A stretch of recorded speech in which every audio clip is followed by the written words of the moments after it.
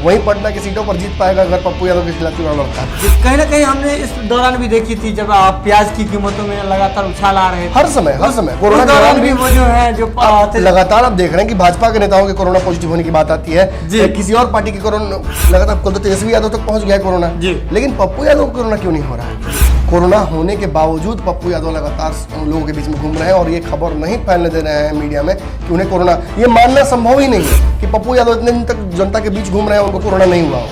हुआ होगा और वो उस बात को छुपा भी रहे हैं और लोगों के बीच इसके बावजूद भी वो घूम रहे हैं। ये साबित करता है कि कहीं ना कहीं वो व्यक्ति अपनी जो राजनीति उनकी थी पुरानी, उसको उन्होंने बदल दिया है। हाँ, हथकंडे जरूर उनको नए अपनाने पड़ेंगे और उन्हीं हथकंडों में से एक नया हथकंडा खोज कर लें इस बार कि राजद और तेजस्वी यादव के 150 सीटों पर अपनी चाबी उन्होंने टाइट पहली कर दी। लेकिन हाँ, पप्पू यादव ने अपनी जो छवि बनाई है वो इंटरकास्ट, वो जातियों के बंधन में नहीं है। उन्हें जिनकी वो उन्होंने मदद की है वो उनको अपना भगवान, अपने नेता मानते हैं, पटना के लोग हों या उनके क्षेत्र के लोग हों। लेकिन इसके कारण वोट नहीं मिलता।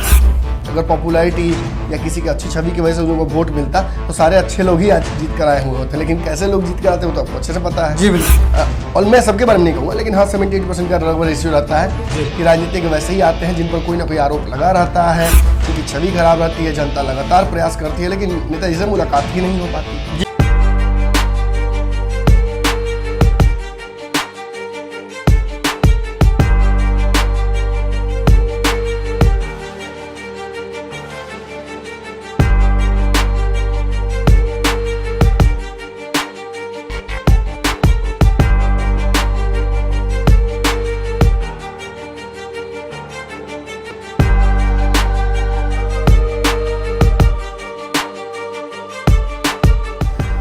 खबरों का बाजार हमेशा गर्म रहता है।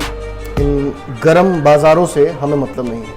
हम खबरों का बाजारीकरण नहीं करना चाहते। हम उन खबरों की तह तक पहुंचना चाहते हैं जिन खबरों की वजह से आपके जीवन पर असर पड़ता है। हम खबरों का पंचनामा करते हैं।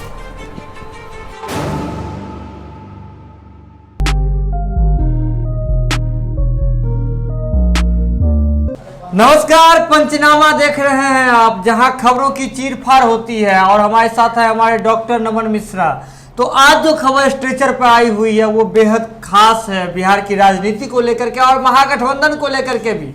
बिहार विधानसभा चुनाव को लेकर के जहां दो खेमे महागठबंधन और एनडीए अपना अपना पुरजोर लगाई हुई है, वहीं दूसरी ओर अगर महागठबंधन की बात करें जहां सियासी हलचल चल रही है, तेजस्वी यादव लगातार जो है अपने किले को मजबूत करने में लगे हुए हैं। लेकिन ऐसा होता है ना कि जब बॉडी के अंदर आपका एक वायरस आ जाए तो आपके पूरा जो बॉडी जो सिस्टम रहता है उसको बर्बाद करके रख देता है। ठीक उसी तरह यही वायरस बनने की कोशिश कोई कर रहे हैं, लेकिन वो कौन है उसके बारे में बताएंगे आपको, लेकिन हमारे संपादक नमन मिश्रा बताएंगे, डॉक्टर नमन मिश्रा बताएंगे। लेकिन एक बड़ी बात है कि तेजस्वी यादव का जो कद है, जो तेजस्वी यादव अपना कद बनाना चाहते थे महागठबंधन में, उसी कद को तोड़ना चाहते हैं और यादव ही है वो। तो बड़ी बात है ये। तो हमारे संपादक नमन मिश्रा की ओर हम रुख करते हैं। तो सर सीधे बताइए, सीधे आप ही के पास रुख करते हैं, कौन है वो वायरस? वायरस नहीं है, बिहार के राज्य में मुझे लगता है इन पर वायरस का असर भी नहीं होता है जी। पटना के सुपरमैन पप्पू यादव, जिन्हें पटना ने पिछले बहुत बार प्यार से अपने, क्योंकि बाढ़ में घूमकर इन्होंने टैग वो कमाया था, मेहनत किया था, इसलिए उनको पटना का सुपरमैन कहा जाता है। हालांकि इतने हैंडसम और इतने सुडौल सुपरमैन तो आज तक कभी थे, लेकिन जज्बा है, जज्बा है उस व्यक्ति का जो उसे अलग बनाता है बाकी लोगों से। बिहार के राजनीतिज्ञों के प्रति एक अलग तरीके की, मतलब मुझे दिखता है कि घृणा होती है लोगों में जी। और वहीं पप्पू यादव के बारे में आप जब भी बात करते हैं तो पुराना उनका पास जरूर रहा है वैसा जी, लेकिन आज के पप्पू यादव को लोग हमेशा एक ऐसे व्यक्ति के तौर पर देखते हैं जो कि उनकी मदद कर सकता है और करते भी हैं जी बिल्कुल। लेकिन पप्पू यादव की राजनीति कहाँ से शुरू होती है? जहाँ से राजनीति लालू यादव की खत्म होती है वहीं से पप्पू यादव की राजनीति शुरू होती है जी। इनकी पार्टी भी कहीं ना कहीं राजद के उन लोगों की पार्टी है जो राजद में रहते थे, लालू के साथ थे, लेकिन उन्हें एहसास हो गया कि लालू अपने परिवार छोड़कर किसी की चिंता बहुत ज़्यादा करते नहीं हैं जी। वैसे लोग वहाँ से टूट कर गए और उन्होंने अपने अलग एक पार्टी बनाई, जिस पार्टी के तहत अब बहुत सारे लोग जुड़े हुए हैं जी। और ये पार्टी चुनाव के दौरान हो, बाढ़ के दौरान हो, कोरोना के दौरान हो, हर टाइम एक्टिव रही, समाज सेवा करती रही, लोगों के बीच रही है। और पप्पू यादव ये बात जानते हैं कि इसके बावजूद, इतना सेवा करने के बावजूद, बेस्ट सांसद का अवार्ड जीतने के बावजूद, दिल्ली में जो चलाते थे वो अनाथ आश्रम, बच्चों सेवाश्रम लोगों के लिए, वो चलाने के बावजूद, इतने पैसे खर्च करने के बाद वो चुनाव हार गए, और वही नहीं हारे, उनकी पत्नी भी हार गई, सेवासन तक छीन लिया गया। ये सब क्यों हुआ? क्योंकि पप्पू यादव, मैं बार बार कहता हूँ इस बात को लेकर, उनकी मेरी लड़ाई भी हुई थी कि आप समाज सेवा में तो पक्के हैं लेकिन राजनीति में बहुत कच्चे हैं जी। आपको राजनीति का अनुभव एकदम नहीं है, कैसे राजनीति करनी चाहिए, और इस बात को लेकर मेरी उनकी लड़ाई भी हुई थी इंटरव्यू के दौरान ही। लेकिन सच्चाई यही है कि मैं मानता हूँ कि पप्पू यादव राजनीति बहुत कमजोर है, और ये तब तक मजबूत नहीं हो सकते हैं जब तक तेजस्वी यादव का मिथ न टूट जाए जी। लालू के उत्तराधिकारी के तौर पर पप्पू यादव जब तक रिप्रेजेंटेटिवली सामने नहीं आए, देखिए आज भी वो लालू यादव की इज्जत करते हैं जी। आज भी लालू के साथ नहीं होने के बावजूद लालू का नाम लेते हैं जी, और वो मानते हैं, यहाँ तक कि उन्होंने कह भी दिया कि लालू यादव का उत्तराधिकारी मैं हूँ, तेजस्वी नहीं जी। ये साबित करता है कि तेजस्वी जब तक रहेंगे तब तक वो महागठबंधन में इनकी एंट्री नहीं होने देंगे जी। बिल्कुल, पिछली बार भी आपको पता होगा कैसे इन्होंने महागठबंधन आने के लिए सारा प्रयास किया जी, लेकिन इन्हें महागठबंधन नहीं रखा गया जी। तो ये तीसरे मोर्चे की तरफ बजाना इनकी मजबूरी बन जाती है जी। और वो तीसरा मोर्चा जहाँ वोट बैंक है ही नहीं, वहाँ वोट प्रतिशत है ही नहीं, सारे वोट ऑलरेडी छीन लिए जाते हैं, उनके बाद इनके लिए छोड़ दिया जाता है वो सिट्ठी, और वो सिट्ठी की राजनीति करके कितना दूर पहुंचेंगे बेचारे जी। बिल्कुल, लेकिन हाँ, पप्पू यादव ने अपनी जो छवि बनाई है वो इंटरकास्ट, वो जातियों के बंधन में नहीं है जी। उन्हें जिनकी वो उन्होंने मदद की है वो उनको अपना भगवान, अपने नेता मानते हैं जी। पटना के लोग हों या उनके क्षेत्र के लोग हों जी। लेकिन इसके कारण वोट नहीं मिलता है।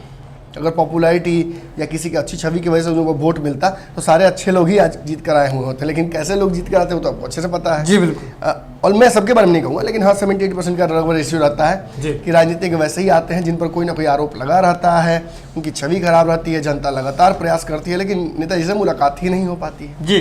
और कोरोना के दौरान कोरोना ने तो एक्सपोज कर दिया, एकदम सारे नेताओं को एक्सपोज कर दिया, सारे लोगों को एक्सपोज कर दिया जो कि राजनीति के नाम पर अपना कहीं ना कहीं सिक्का जमाए रहते हैं लेकिन समाज सेवा में फिसड्डी होते हैं जी। वहीं हम जब दूसरी तरफ देखते हैं तो पप्पू यादव देखते हैं जो समाज सेवा में तो टॉप है लेकिन राजनीति में फिसड्डी। तो एक बात समझ लीजिए मेरी, इतनी देर के बाद से मेरे यही निष्कर्ष निकलना चाहिए कि पप्पू यादव की राजनीति तब मजबूत होगी जब वो तेजस्वी यादव को कमजोर करेंगे जी। अब पिछले चुनाव में इनको घेर कर हराया गया था जी।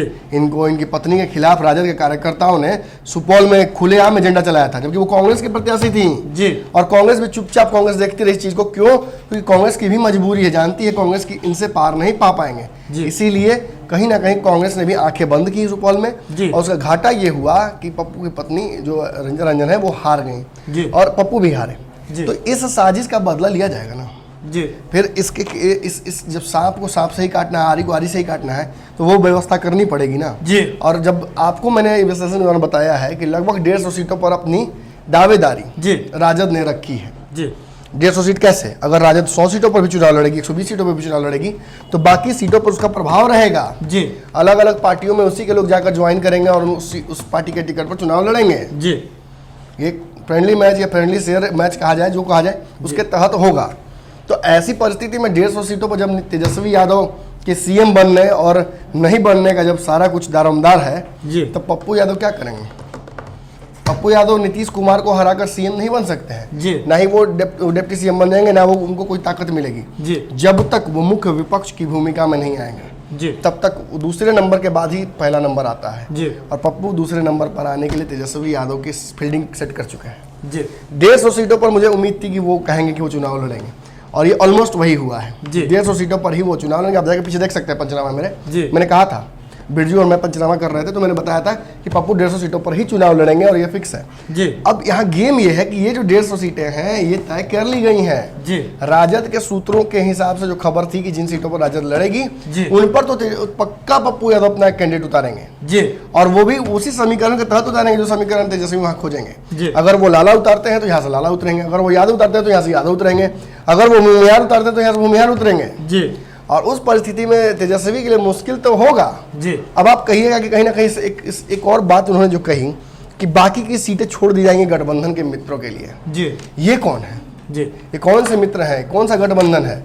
तीसरे मोर्चे में भी पप्पू यादव कहीं नहीं है जी। तो फिर ये पप्पू यादव का कौन सा मोर्चा बन रहा है जी? देखिए पप्पू यादव की मैंने आपको बहुत पहले ही इशारा किया था, बिरजू और मैंने पंचनामा में समझाया था कि पप्पू की बात चल रही है शिवसेना से जी। पप्पू की बात चल रही है और तीसरे मोर्चे के एक दो दलों से जी। मांझी जी से भी उनकी बातचीत चल रही है। मांझी जी ने भी कहीं कहा था, उनके जो एक प्रवक्ता है उन्होंने भी कहा था कि ये जो पप्पू यादव हैं वो चाहते हैं, उन्होंने तो आगे निकलते हुए कहा था कि वो चाहते हैं, पप्पू यादव चाहते हैं कि मांझी जो है उनके टीम का नेतृत्व करें, उनके प्रवक्ता ने कहा था। अभी भी खबर भी आ रही है, बिरजू मुझे इशारे में बता रहे हैं कि पटना के कुछ, बिरजू से मैं आग्रह, आप आ जाइए, आप आइए और बताइए हमें क्या बोलना चाहते हैं। जी हाँ बिल्कुल, आज पप्पू यादव ने बाकायदा प्रेस कॉन्फ्रेंस करके 140 सीटों की तो बात कही जी। इसके साथ साथ उन्होंने कहा कि पटना की जो भी सीटें हैं जी। उस पे कोई कंप्रोमाइज नहीं, पप्पू यादव खुद उन सीटों पर लड़ेगा, इसमें कोई कंप्रोमाइज नहीं। तो कहीं ना कहीं घूम फिर कर हम वही पहुंच जाते हैं। हाँ, पटना के लिए पप्पू यादव ने किया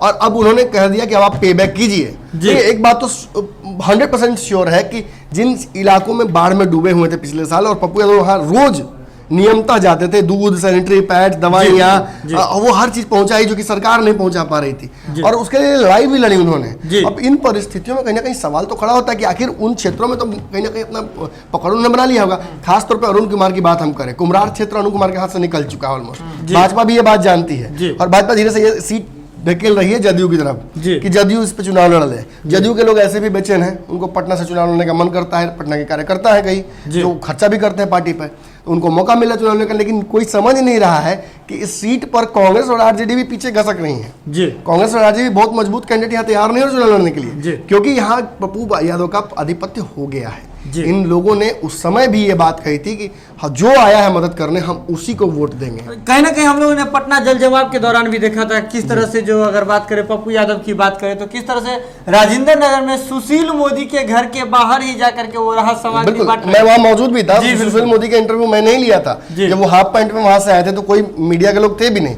मैं वहां मौजूद था और मैंने ही उनसे बात भी की थी। बार बार कैमरा मेरा हटा रहे थे, मैं समझ गया था कि पप्पू यादव और जो बाढ़ के बीच में सुशील मोदी बहुत बुरी तरह से फंस गए हैं। अब चाह कर पप्पू के चेहरे पे जो हंसी थी सुशील मोदी को लेकर, कभी केला दे रहे हैं खाने के लिए, कभी वो ऑफर कर रहे हैं कि लीजिए सेव ले लीजिए, अरे आपके घर में नहीं होगा मेरे पास है, लीजिए हम लेके आए हैं, ब्रेड है। वो परिस्थिति जो बनी थी लोगों में, मतलब सारे लोग बाढ़ में डूबे हुए थे, ऑलमोस्ट सभी लोग को इवैक्यूएट किया जा रहा था, सभी परेशान थे, लेकिन सभी के चेहरे पर वो चुटीली हंसी आ गई थी कि ये पप्पू यादव ने घेर लिया है बिहार के डिप्टी सीएम को।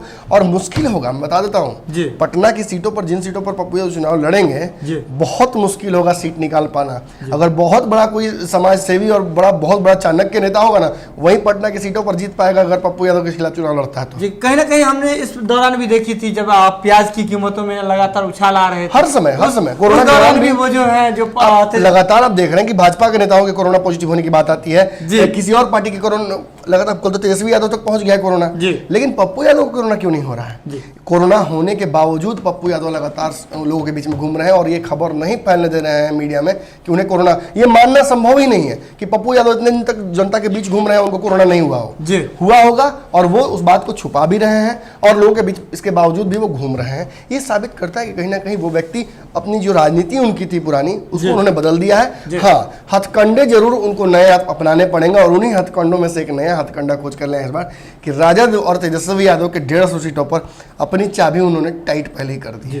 तो कहीं ना कहीं जो एक बड़ी बात सामने निकल आई, जो हमारे डॉक्टर नमन मिश्रा लगातार कह रहे थे आपको कि पप्पू यादव जो है एक अच्छे समाज सेवी तो हैं, लेकिन राजनीतिक रूप से थोड़ा कमजोर नजर आ रहे थे, लेकिन इस बार पप्पू यादव ने उसका भी जो है इलाज ढूंढ लिया है और इस बार तेजस्वी यादव को ही, यानी कि लालू यादव के उत्तराधिकारी बनने की जो बात आ रही थी उसे धरातल पर लाते हुए दिख रहे हैं। और इस बार उन्होंने जो राजद जहां पे 150 सीटों पर बात कर रही थी, उसी 150 सीटों पर, उन्हीं 150 सीटों पर पप्पू यादव ने भी अपना दावा ठोक दिया है। तो खबरों का सिलसिला लगातार जारी रहता है भारत लाइव पर। बिना मिलावट की खबरों के लिए आप लगातार देखते रहिए भारत लाइव। आपको हमारा शो कैसा लगता है जरूर आकर के कमेंट बॉक्स में बताइए, और क्या क्या चेंजेज होना चाहिए भारत लाइव के फॉर्मेट में, क्या क्या चेंजेज होने चाहिए, क्या आप नया देखना चाहें, आप हमें वो भी आकर के कमेंट बॉक्स में लगातार बताते रहे। तो खबरों का सिलसिला यहाँ लगातार जारी रहता है। बिना मिलावट की खबरों के लिए लगातार देखते रहिए भारत लाइव।